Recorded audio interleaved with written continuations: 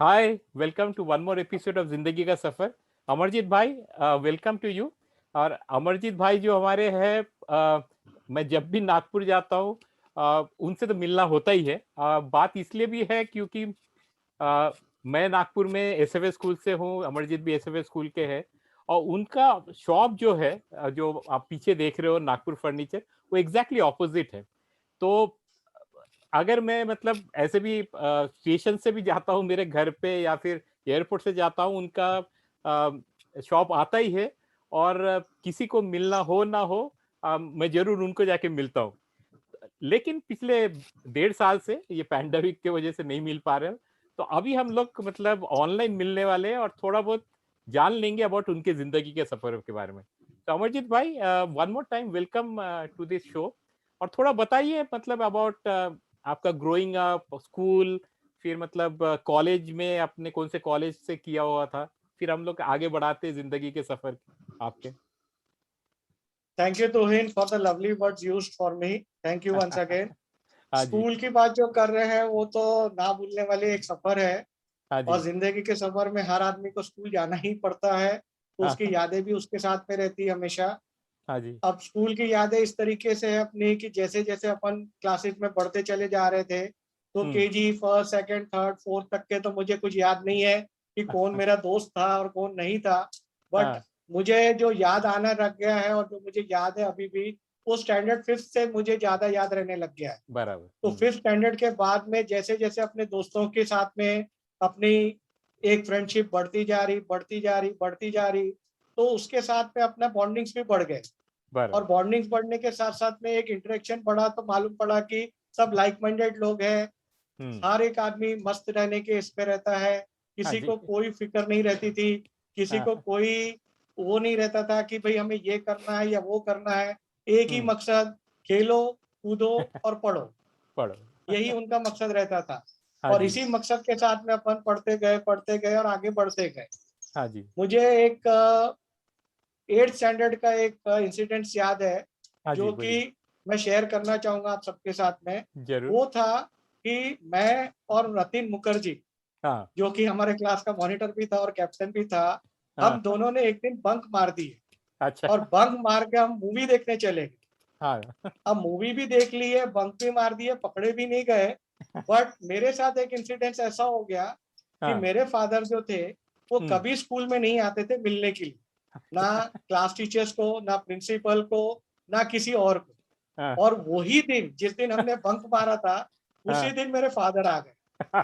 तो मुझे बहुत ही हैरानी हुई जब मैं घर पहुंचा, तो मुझे बताया गया मेरी सिस्टर ने कि हाँ। भाई आज तो पापा जी तेरे को मिलने के लिए गए थे और तू स्कूल में नहीं था, अब तो तेरी खैर नहीं। तो मैंने अपने आप को बचाने के लिए एक स्टोरी बना लिया कि भाई हाँ। मुझे सर ने कोई स्पेशल काम के लिए भेजा था, क्लास के मॉनिटर के साथ में। इस हाँ। वजह से हम दोनों नहीं थे। और हाँ। चूंकि मैं वापस जब पहुंचा, तब तक आप हाँ। चले गए थे। अच्छा। और इस वजह से जब मैं वापस अभी घर आया हूँ, तो मुझे हम्म। मालूम पड़ा कि आप मुझे मिलने आए थे। तो मुझे हाँ। बहुत हैरानी हुई कि भाई इतनी इमरजेंसीज क्या आ गई थी जो आप मेरे को मिलने आ गए। तो हाँ। उन्होंने फिर जो भी काम था मुझे उस दिन का, वो अच्छा। बताया। और हाँ। बताने के बाद में मैं वो इंसिडेंट्स आज तक नहीं भूल पाया हूँ, इतने सालों के बाद में भी। हाँ। ऐसे ही एक और इंसिडेंस मेरे लाइफ में हुआ था 10th स्टैंडर्ड के अंदर में। हाँ तो जी। बीइंग अ पंजाबी, मैंने हाँ, मराठी लैंग्वेज को चेंज करके पंजाबी लैंग्वेज चूज किया पंजाबी था। ले ली। अच्छा जी। तो पंजाबी लैंग्वेज चूज करने की वजह से मेरे पास कोई ऑप्शन नहीं था क्लास में आइडल बैठने का। तो हाँ। हम जितने सरदार जी लोग थे क्लास के, पांच छह हाँ। जने, तो लास्ट हाँ। बेंच पे जाके बैठ जाते थे और अपना बात वगैरह शेयर करते थे। हाँ। तो अपने जो मराठी के जो टीचर थे, हाँ। प्रोफेसर, हाँ। उन्होंने मेरे को पकड़ लिया बात करते हुए, तो मुझे हाँ। बुलाया, अमरजीत प्लीज कम हियर। तो मैं हाँ। गया। तो मुझे बोले भाई आप मराठी क्यों नहीं पढ़ रहे। तो मैंने कहा सर, मेरे को अपनी लैंग्वेज को पढ़ने का मौका मिला है, तो इसलिए अच्छा। मैंने पंजाबी लैंग्वेज चूज किया हूँ। मैंने हाँ। 6 साल तो मराठी पढ़ाई हूँ और हाँ। आती भी है मुझे। बट एक हम्म। लैंग्वेज सीखने का मौका मिला, इसलिए मैं पंजाबी क्लास लेना चाह रहा था। हाँ तो जी। बोले आप पंजाबी भले पढ़ो, मुझे उस पर कोई एतराज नहीं है, हम्म। बट आज के बाद आप मेरी क्लास में मत बैठना, क्योंकि बाकी लोग डिस्टर्ब हो जाते हैं। तो उनको हाँ। डिस्टर्ब नहीं होना चाहिए, इसलिए आप क्लास के बाहर मेरे आने के पहले खड़े रहना। तो अच्छा मैं जी। साल भर उनकी क्लास के बाहर खड़ा रहा, ये मुझे याद है। तो इस तरीके से मेरा मराठी और पंजाबी दोनों इंटरेक्शन हो जाते थे एक साथ ही। बढ़िया। और उसके बाद फिर 10th की बात कर रहे हो तो फिर आपने क्या 11-12 वीक स्कूल में कंटिन्यू किया या फिर दूसरे कोई कॉलेज गए थे आप? नहीं, 10th स्टैंडर्ड तक के मैंने एसएफएस स्कूल में ही पढ़ाई किया। हाँ जी। उसके बाद में मैंने नागपुर का जो हिस्लप कॉलेज है, सभी लोग हाँ जानते हैं, हाँ उसमें हाँ। मुझे एडमिशन मिल गया था। तो अच्छा मैंने जी। 11 12th और भी जो अपना डिग्री कोर्स है बीकॉम का, हाँ।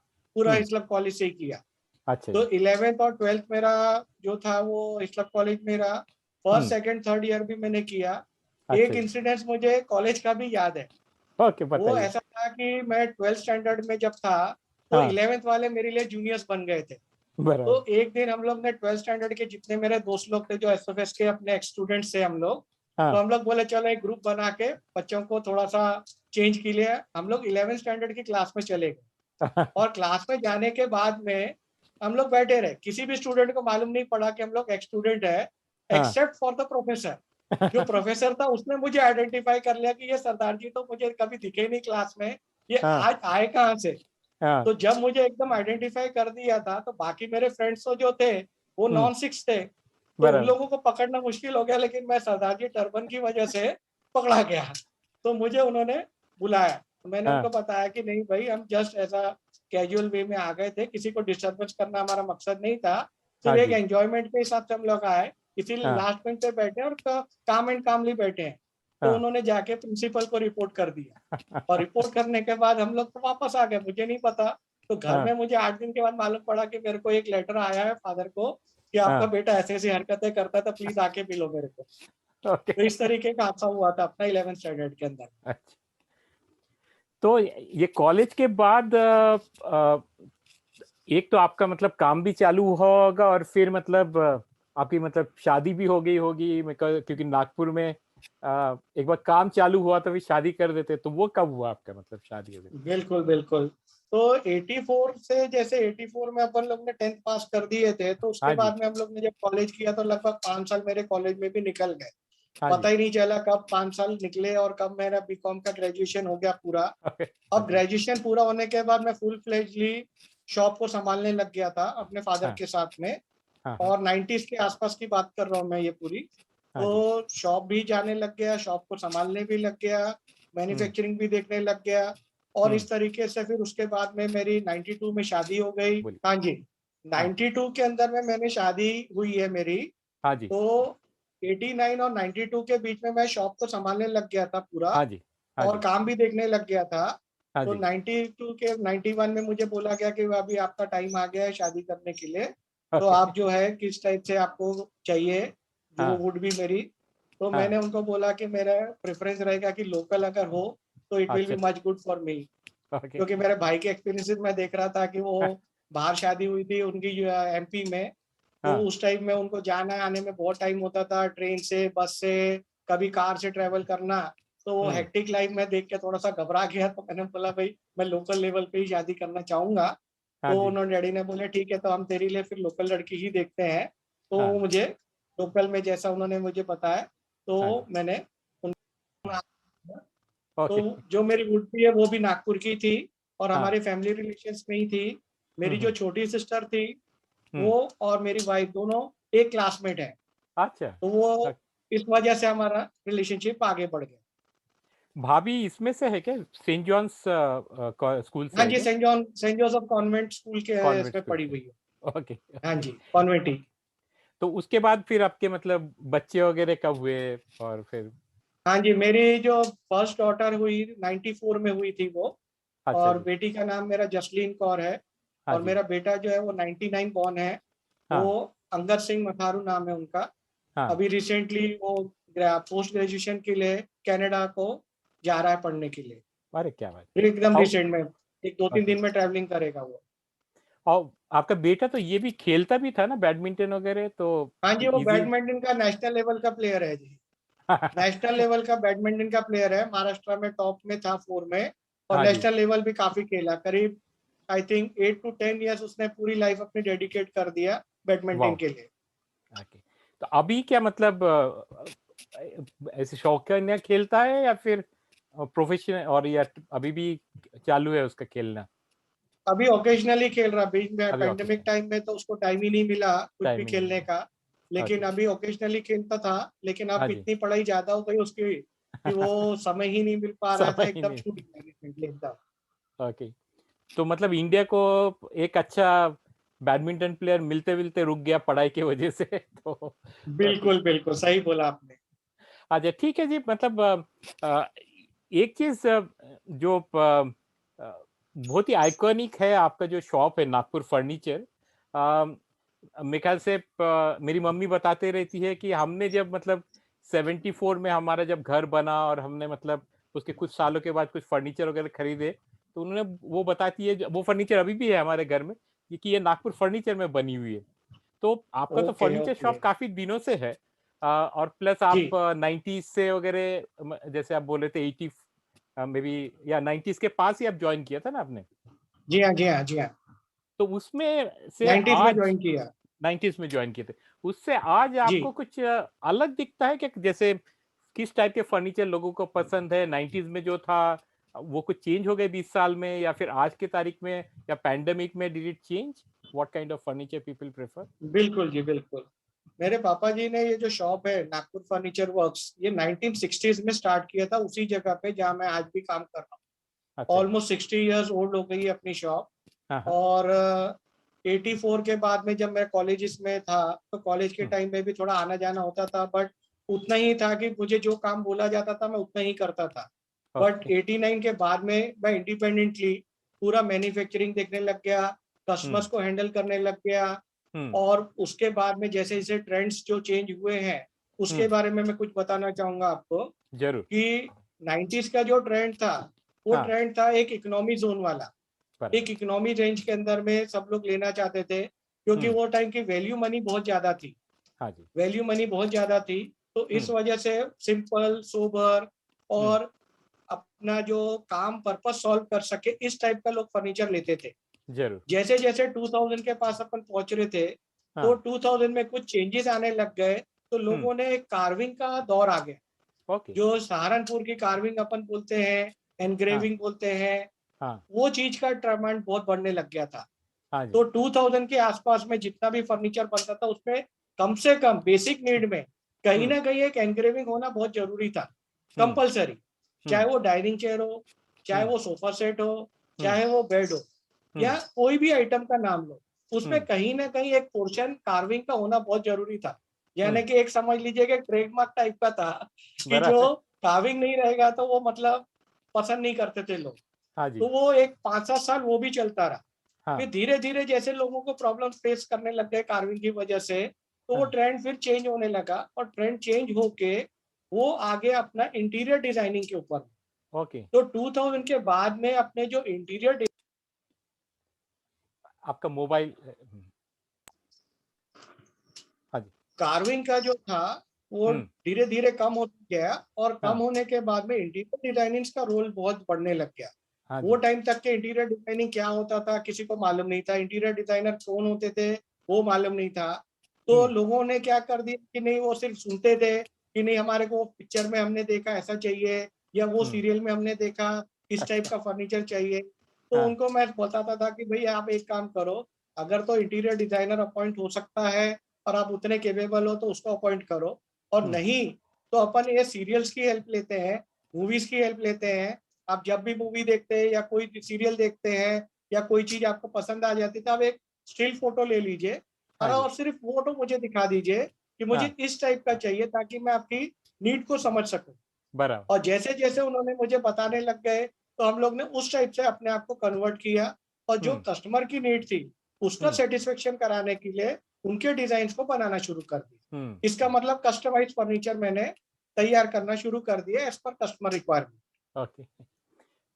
ये वंडरफुल चीज है, बिकॉज कई बार हमको ये लगता है कि as a furniture, because as a customer हम लोग तो मतलब उतने, इट्स नॉट लाइक जैसे हम कपड़े काफी रेगुलरली खरीदते हैं, मतलब फर्नीचर राइट एक राइट एक राइट। इंसान ने खरीद लिया तो वो मतलब कई मतलब 5 साल, कुछ लोग 10, कुछ लोग 20 साल भी निकाल लेते हैं।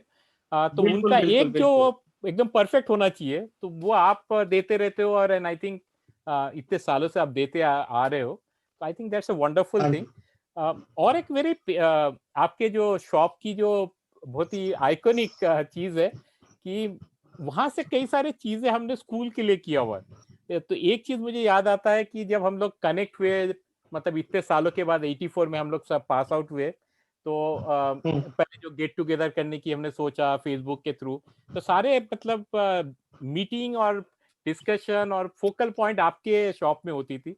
उसके बाद हमने थोड़ा सा मतलब स्कूल के लिए भी कुछ करना चाहा, तो वो भी आपका होता था। तो थोड़ा सा उसके बारे में बताइए कि कैसे आप दोस्तों को आपने जोड़ा, और आपका शॉप कैसे बन गया कि that is the focal point for SFS batch of 1984।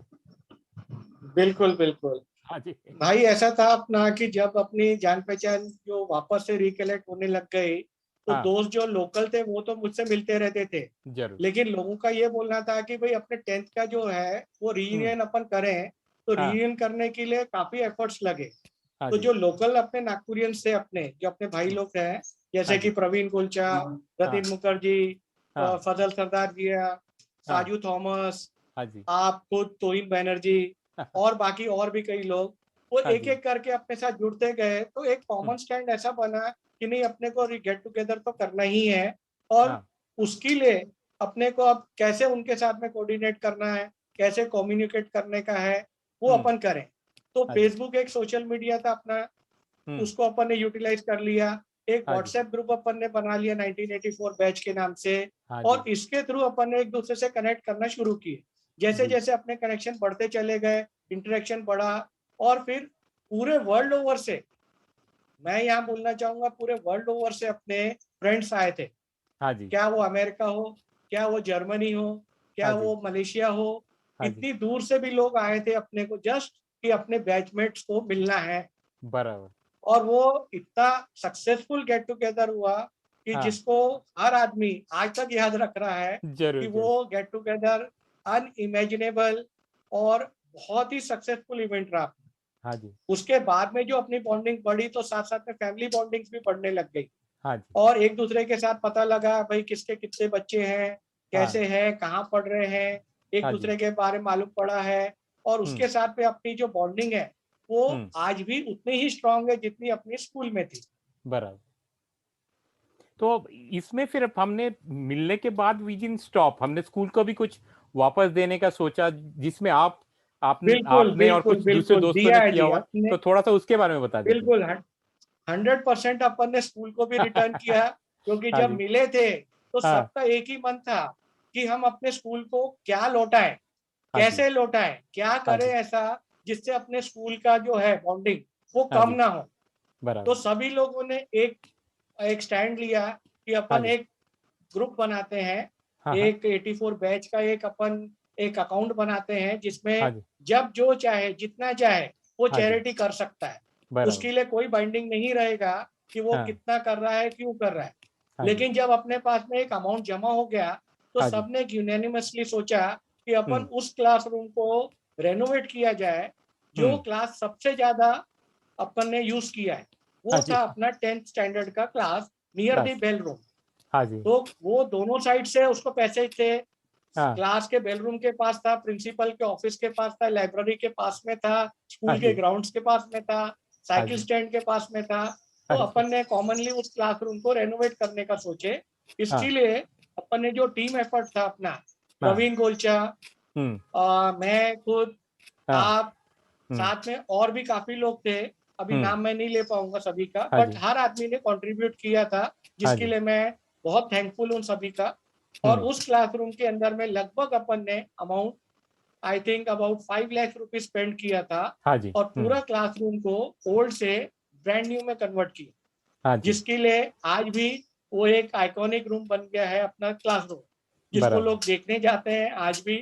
हाँ जी। वो क्लासरूम के अंदर में सबसे अच्छी बात यह है कि जो घड़ी लगी है वो हाँ। 24 इंचेस की है, और हाँ उस जी। घड़ी के बैकग्राउंड में 84 बैच के हर बच्चे की फोटो लगी हुई, क्या बात है। और उसका क्या बात। मेंटेनेंस हम आज भी कर रहे हैं। बहुत बढ़िया। पूरे क्लासरूम को रेनोवेट किया गया था, पूरी सीलिंग को, लाइट रूम्स को, पेंटिंग को, फ्लोरिंग हम्म। को, यहाँ तक के कि पूरा फर्नीचर को रिस्टोर कर दिया था to hmm. It's original glory. Hmm. जो 1900 का अपना स्कूल था, हाँ उसकी जी। जो ओरिजिनल वैल्यू थी और हाँ। ओरिजिनल लुक्स थे, उस लुक को अपन ने कन्वर्ट कर दिया, कन्वर्ट कर दिया। और ये और सारे उस टीम एफर्ट्स की वजह से हुआ था। हाँ That's जी, all. उसके बाद तो फिर आपने मेरे ख्याल से कंटिन्यू किया एंड मतलब मोटिवेट करते रहे बच्चों को, हर साल you give some kind of certificate, और जो अच्छे स्पोर्ट्स में जो अच्छे करते हैं, पढ़ाई में जो अच्छे करते हैं। बिल्कुल बिल्कुल बिल्कुल।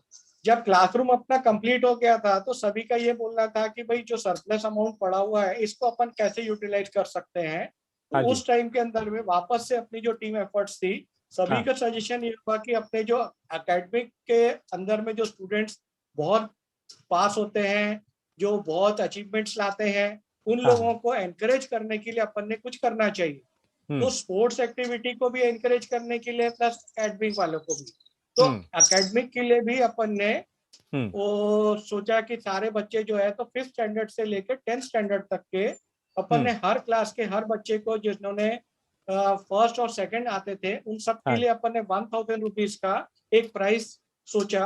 और वाह। वैसे ही सिमिलर स्पोर्ट्स के बच्चों के लिए भी हर फैकल्टी के, चाहे हाँ। वो फुटबॉल में हो, चाहे वो क्रिकेट के हो, चाहे हम्म वो बास्केटबॉल में हो, या हम्म किसी भी स्पोर्ट्स से रिलेटेड हो, हाँ जी। जिन्होंने कुछ भी अचीवमेंट किया उनको हम्म एनकरेज करने के लिए। तो हम्म ये अपन ने 30,000 रुपीज का जो अमाउंट होता था हर हाँ जी, साल, वो पिछले 4-5 साल से अपन कर रहे हैं।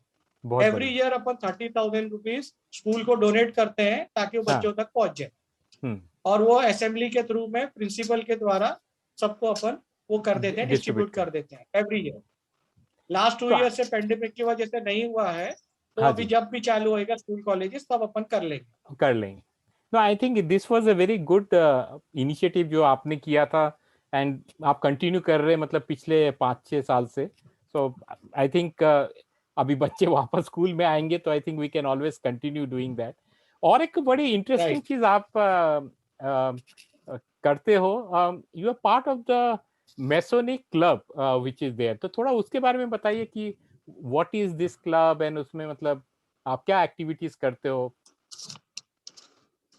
हाँ, ये जो फ्री मेसेनरी है ना, it is called as free masonry. Okay. Free masonry बोलते हैं इसको अपन एक्चुअली हाँ जी। वर्ड में टेक्निकली। हाँ हाँ। और जो मेंबर बनता है he is called as a mason. Okay. तो मेसन अपन ऑपरेटिव मेसन्स नहीं होते, जैसे मेसन्स तो रहते हैं सभी जो हाँ जी। लोग बिल्डिंग बनाते हैं, they are called as mason, but हाँ वी जी। आर जस्ट ऑपरेटिव मेसन्स हाँ सिंबॉलिकली। हाँ अब ये जो सोसाइटी है ना, it is only a men's society, it is हाँ हाँ। Only for the men's okay. Above the age of 18। हाँ और उसकी एंड लिमिट कोई नहीं है, कोई भी हाँ एज जी। का मेंबर बन सकता है, बट हाँ ही जी। Should be of sound mind and above 18, अच्छा। And he should believe in God. Okay. सबसे जो बेसिक फंडा है इसका मैसोनिक का, ही हाँ शुड हाँ। Believe in God. ओके। इसका रीजन मैं बताना चाहूंगा आपको कि हम्म। जब अपन एक गॉड को मानते हैं, तो हाँ हाँ। Whether you are Hindu, whether you hmm are Muslim, whether you are hmm Sikh, whether hmm you are Christian और एनी अदर रिलीजन, हाँ जी। वहां पे जब गॉड को बिलीव करते हैं तो you and I R connected with the help of God. Hmm. And जब अपन गॉड को मानते हैं कि गॉड है, तो हम्म। उस वजह से आप और मैं ब्रदर बन जाते हैं। अच्छा। तो वी कॉल वन अनदर, जो पर्सन है Queen Banerjee once hmm become a mason, I hmm will be calling him brother okay. For example, hmm and you will be also calling me a brother. तो okay. अपन god से connect होने की वजह से एक दूसरे से ब्रदर लव हो जाता है। अच्छा। अब ये जो मेसेंड्री का जो बेसिक लैंग्वेज है, हम्म। उसका है सिस्टम कि ये चैरिटी में बिलीव करता है। अच्छा। चैरिटी इसका मेन इंपॉर्टेंट है, जो अपन ने हम्म स्कूल में भी किया चैरिटी, कॉलेज हम्म गए तो भी चैरिटी किया, अब हम्म मेसेंड्री के अंदर में भी चैरिटी ही करते हैं, but it is charity to one another, okay. To the nearest possible person. अच्छा। अगर मेरे घर के बाजू में किसी आदमी को दुख तकलीफ है तो मेरी प्रॉब्लम होता है कि उसकी मैं हम्म प्रॉब्लम को सॉल्व करूं। हम्म अगर मैं इसको सॉल्व कर लेता हूं तो फिर मैं सिटी की तरफ देखता हूं, और अगर बराबर। सिटी की प्रॉब्लम सॉल्व हो जाएगी तो मैं इंडिया की प्रॉब्लम की तरफ में देखना चाहूंगा। हाँ तो जी। ये जो है आपका चैरिटी ऑर्गेनाइजेशन, ये हम्म। ओनली फॉर मेंस है, और ये लगभग हर सिटी में मिलेगा आपको। अच्छा। इंडिया की हर सिटी में आपको फ्री मेसन्स हॉल मिलेगा। ओके। तो कोई भी बंदा फ्री मेसन्स हॉल में ज्वाइन कर सकता है if hmm he is above the age of 18 years. Okay. अरे एक अभी एक टू आपने नेम अ फ्यू। अच्छा, एक सॉरी, एक आपने जो बोला कि इट्स ओनली फॉर मेंस, इसका कोई पर्टिकुलर या रीजन है।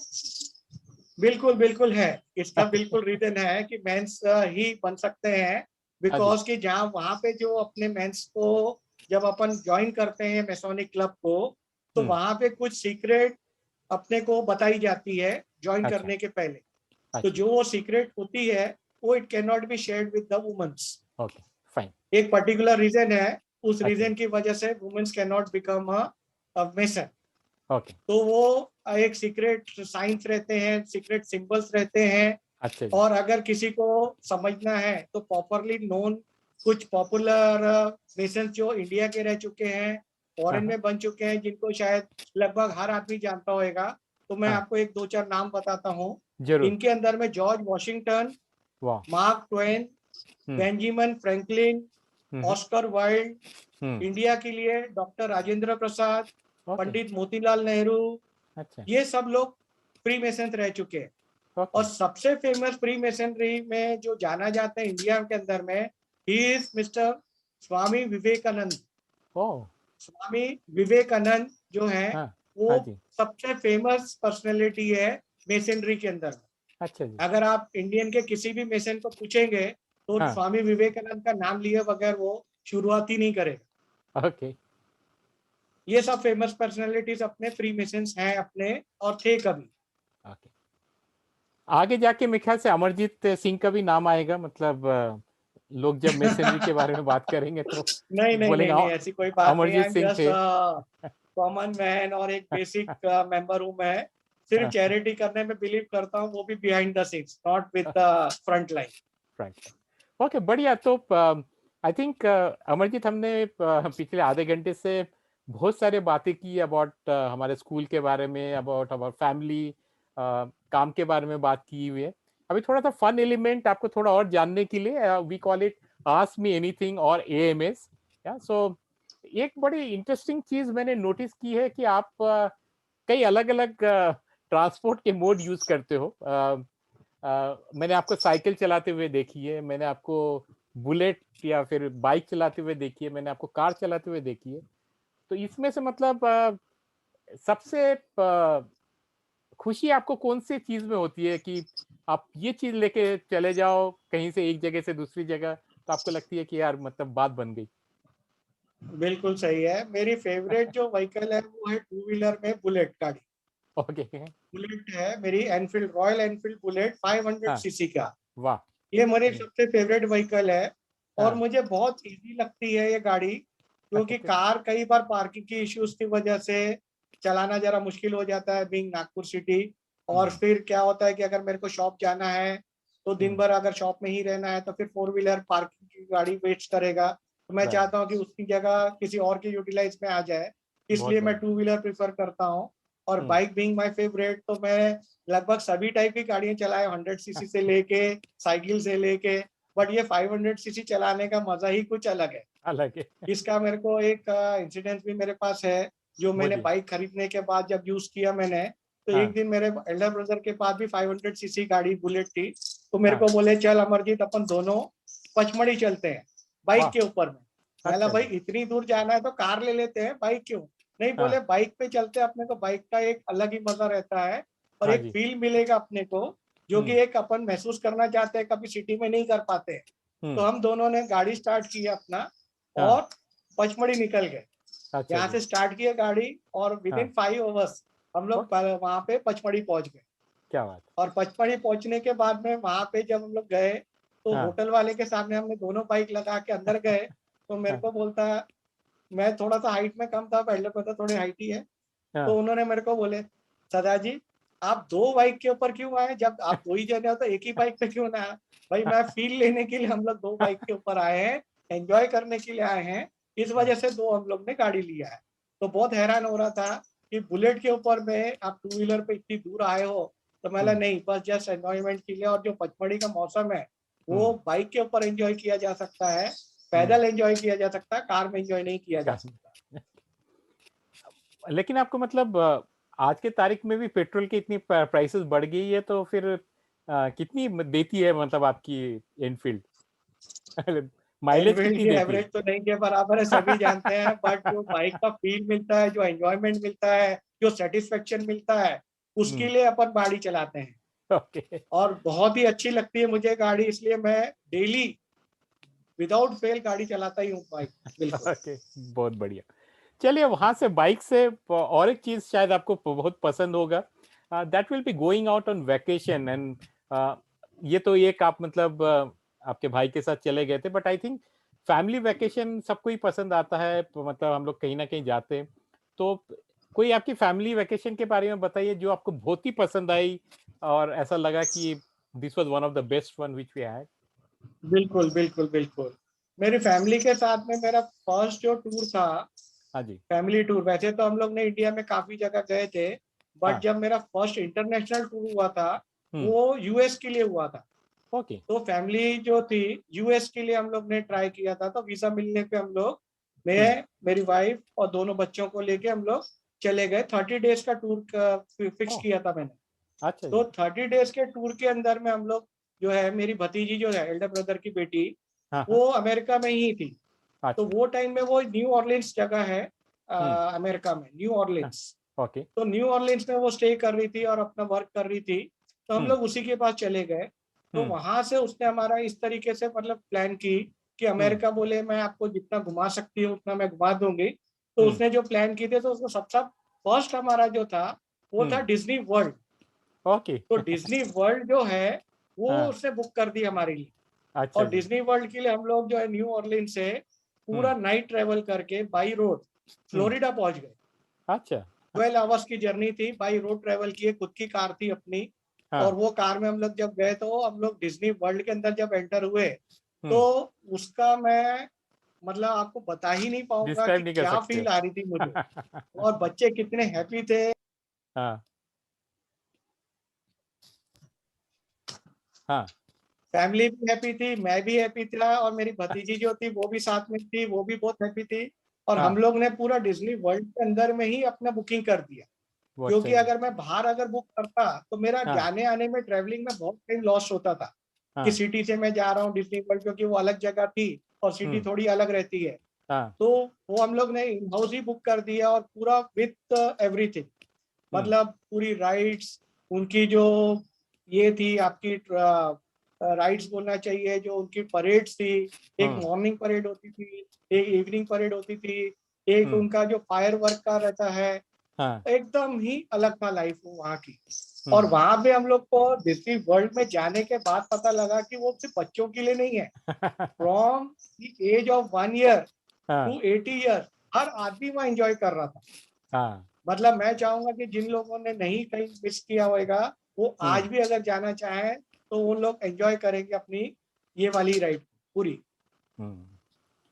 नहीं, आप जो बोल रहे हैं I think it's once in a life time kind of thing, because हम लोग तो मतलब कस्टून पार्क के वो राउंड अबाउट वही देखी हुई है, बट यहाँ पे मतलब बिल्कुल, बिल्कुल, uh, बिल्कुल। तो मैं तो पहली बार I went in Paris and I went to the Disneyland there and okay, मेरे को हाइट से बहुत प्रॉब्लम है, मुझे बड़ा डर लगता है वगैरह। तो बट तुमने जैसे बोला ओके। वहां पे इतने, तो मैं सारे बच्चों के राइड्स में वगैरह चढ़ गया था, तो मतलब पेरेंट्स रहते थे छोटे छोटे बच्चों के साथ, तो मैं अकेला रहता था जो बड़ा इंसान जो मतलब स्नो वाइट एंड कुछ उस टाइप के राइड में जा रहा हूँ वगैरह, बिकॉज मेरे को ऊपर वाले थोड़े राइड थोड़े ये डिफिकल्टी हाँ, लगते हैं। हाँ, हाँ। हाइट हाइट का इशू रहता है, क्योंकि हाइट हाइट काफी का बड़े इश्यू है। रहते हैं, उनकी हाइट्स वगैरह काफी ज्यादा या रहती है। सेम मेरे साथ भी हुआ था। तो इस टाइम के लिए मैंने जो है ना, एक या दो राइड जो है ना, वो वाले स्किप कर दिया था। जिसमें मैं कंफर्टेबल था, उन्हीं को मैंने उसी एंजॉय में किया। जाने का। बिल्कुल, बिल्कुल, बिल्कुल। तो मतलब मेरे फोटो भी जो आए, मतलब one of the rides I went, तो उसमें मतलब आंखें बंद करके ही आए, मतलब कि हर कई सारे राइड में वो लोग ऑटोमेटिक फोटो निकाल लेते हैं आपकी और फिर आई नो जी, देते हैं। आई तो नो। मैंने एक एक वहाँ, जो लिया, जो उन्होंने 5-6 लिए थे, उसमें सारे में मेरा आंखें बंद थी वगैरह, मतलब फोटोज में बिल्कुल, बिल्कुल, वगैरह। Same year, same year, same तो ईयर, बिल्कुल। Ditto. But still something worth seeing कि मतलब लोगों ने एक अलग ही मतलब फेरी लैंड बोल सकते हैं या फिर अलग ही बिल्कुल, दुनिया बिल्कुल, है। फेरीलैंड ही है, बिल्कुल जी। बिल्कुल। It's a very different thing. और एक चीज राइट। जो लास्ट क्वेश्चन हमारी रहेगी, वो भी मेरे ख्याल से कई लोगों को बहुत पसंद है, विच इज अबाउट फूड। तो आपको किस टाइप का खाना पसंद है, मतलब वो थोड़ा बताइए। सो नेक्स्ट टाइम मैं आऊंगा तो फिर वहीं पे जाएंगे खाना खाने के लिए। Definitely I would love to share this also. हम लोग को मतलब मुझे बिल्कुल नॉन वेज ही है, मैं हार्डकोर नॉन वेजिटेरियन बोलना चाहिए। हाँ जी। हाँ, अभी हम लोग तो वैसे भी मतलब समझ लो कि वेजिटेरियन तो घर में रहता ही है, हाँ बट जी। जब भी घर से बाहर हमने पैर रखा, चाहे वो हाँ। ढाबा हो, चाहे वो होटल हो, चाहे हाँ कोई जी। भी लोकेशन हो, हाँ हमारा जी। फर्स्ट प्रेफरेंस रहेगा कि we want non veg. Okay. अब नॉन वेज में भी मैंने अपने आप के लिए एक हाँ। दो तीन फैकल्टीज बना लिया है, और हाँ जी। वो है कि अगर मेरे को प्रायोरिटी मिली तो I want to eat first of all mutton, okay. Meat, dead mutton. अच्छा। अगर वो नहीं मिला मुझे, then I go for the chicken. Okay. अगर वो भी नहीं मिला, देन आई हाँ। Go for fish. ओके। और अगर फिश भी नहीं मिला, तो then I go with the egg curry, egg vegetarian, egg एक एगिटेरियन बोलते हैं ना जब, एगिटेरियन आई नो। तो वो एगिटेरियन बन जाता हूँ मैं फिर। But I prefer to be non vegetarian only हाँ। Wherever I feel comfortable. तो मेरा नॉन वेज की प्रायोरिटी रहती है। उसके अंदर में हम लोग को नागपुर में तो आपको बहुत मालूम होगा कि साहू जी बहुत फेमस है। हाँ जी। तो हाँ जी। नॉन वेज में अगर आप नेक्स्ट टाइम आएंगे और अपने पास अगर टाइम रहेगा, तो हाँ विल जी। Together go and have Sauji. वाह। साउजी जो रहता है वो इतना तेज रहता है कि इतनी जब अपन स्पाइसी खाते हैं तब तो पता नहीं चलता अपने को, बाद बट में। We feel it the other day. हाँ जी। या आई नो। और बड़ी इंटरेस्टिंग चीज है, मतलब कई बार ये चीजें मिस हो जाती है। हम लोग भी as you are aware as Bengali we are mostly non vegetarian, and कभी कभी आपके जैसे हम राइट भी राइट राइट। कभी कभी आई नो वेज जी, खा आई नो। लेते हैं type. But almost almost similar. हाँ, ऑलमोस्ट सिमिलर है। और लेकिन एक चीज, जब तक मैं नागपुर में था, पढ़ाई वढ़ाई कर रहा था, तब मुझे पता ही नहीं थी साउजी जैसे कोई एक डिश होती है नागपुर में। वो तो मेरे को बाहर जाके वगैरह पता चला, मे बी अराउंड 15-20 साल पहले मेरे को किसी ने बात किया, कह रहे आप नागपुर से हो तो आपने साउजी वगैरह, बिल्कुल। मतलब ये क्या होती है भैया साउजी वगैरह। बोला अरे इतने साल, मतलब 20-25 साल आप नागपुर में रहे और साउजी नहीं खाया आपने। तो अभी तो I whenever I come I make a definite point to go and eat Saoji, एक बार अगर हो सके इन नागपुर तो right. Definitely will go someday and do that. बिल्कुल बिल्कुल। Okay. I invite you right now to join with me. या अभी आ जाता मैं अगर हो सकते, बट आई थिंक अब लेट्स पेंडेमिक होप। चल रहा है भाई मेरे, पैंडेमिक क्या चल रहा है, करें। ये थोड़ा सा सॉर्ट आउट हो जाए, मे बी अनदर 5-6 months थोड़ा बहुत राइट राइट राइट। करना पड़ेगा। बट आई थिंक हाँ Amarjeet, ji. It was such a wonderful talking to you for the last 45 minutes। हम मतलब इतनी सारे बातें की, और मतलब इतनी नॉस्टैल्जिक बातें हुई, और हम तो एक दूसरे को काफी मतलब बचपन से जानते हैं। और आपकी जो लाइफ है, इट्स वेरी मोटिवेटिंग कि आप मतलब जिंदा दिल इंसान हो, दूसरों के बारे में सोचते हो। तुम्हारे जैसे मतलब अगर शॉप में भी आ जाए तो मतलब 3-4 दोस्त आपके शॉप में बैठे ही रहते, मैं जब भी आया हूँ। तो आपके मतलब दोस्तों की कोई कमी नहीं है आप में, और आप रिलेशनशिप बिल्कुल बहुत अच्छे बिल्कुल से मेंटेन बिल्कुल। करते हो। सो ऐसा ही राइट। रहिए, keep on spreading the happiness, and it was such a wonderful and pleasure talking to you. Thank you very much Tohin for inviting me for जिंदगी का एक सफर। मुझे भी बहुत अच्छा लगा, बहुत कुछ मालूम पड़ा एक दूसरे के बारे में। और जो भी मैंने शेयर किया, it was my personal views and personal experiences with हाँ ऑल जी। Of you. Thank okay, you once again. Thank you. Thanks. Thank you, bye. Bye.